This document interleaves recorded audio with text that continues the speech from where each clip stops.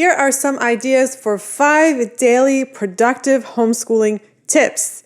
And the very first one I'm going to recommend, I know it seems obvious, but drinking water, especially before and after a lesson. Studies show that you retain knowledge better when you're drinking water. So really have a glass of water always handy before and after a lesson. Hydration is also really good for your health. Water has countless benefits, but especially for learning. So keep that in mind. So we have this new habit of meditating right now. I know small kids, it's kind of silly, the idea that they could sit still, but you're demonstrating it and they lead by example.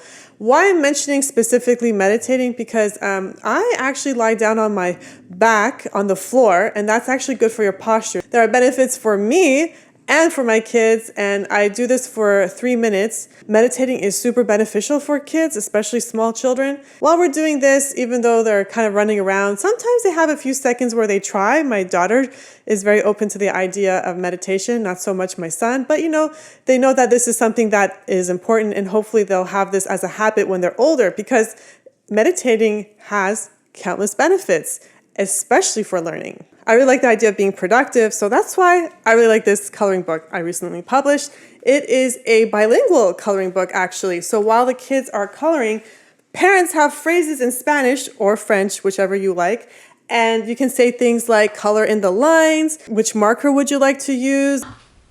Comment te sens-tu? Tu es calme ou en colère? Colère.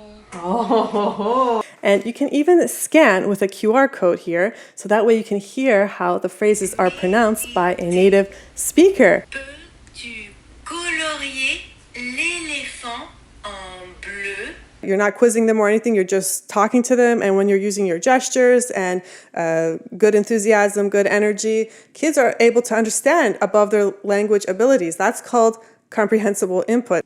Dancing is also a great thing because you need to move. You don't want to sit down the whole day and just learn.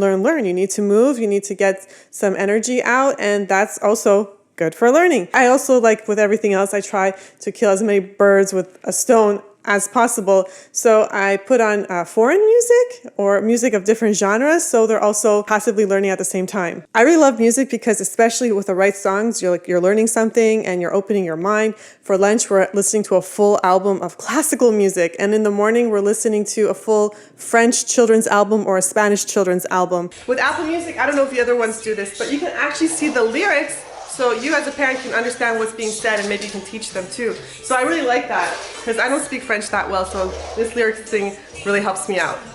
And like I said, kids, they can pick up that small sound in a language. It's called phonemes. Adults have a hard time picking that up, but kids, it's easier for them. So I'm trying to take advantage of that, and I just have that music playing in the background. And thanks to technology, we have so many options for music. Like back in the old days, like you'll buy this CD and you're listening to it over and over again. We're just listening to all sorts of different music. If my kids don't like that genre or that singer, we can always change it. There are just so many options. I take some time to see like what the top music are right now in the different countries. We're just being exposed to like a lot of different cultures in our own home. That's something that I don't think public schools are doing enough. Also, I'm trying to get into this habit of a 10-minute cleanup. I saw this habit being done in schools in Japan, and I'm like thinking, hey, why don't we do that? I try to make it easy for my small kids, so I put a timer on for just 10 minutes, and they're just cleaning. I try to give them some directions, specific things, specific tasks. If my kid doesn't want to clean, like he's really like, I don't want to clean,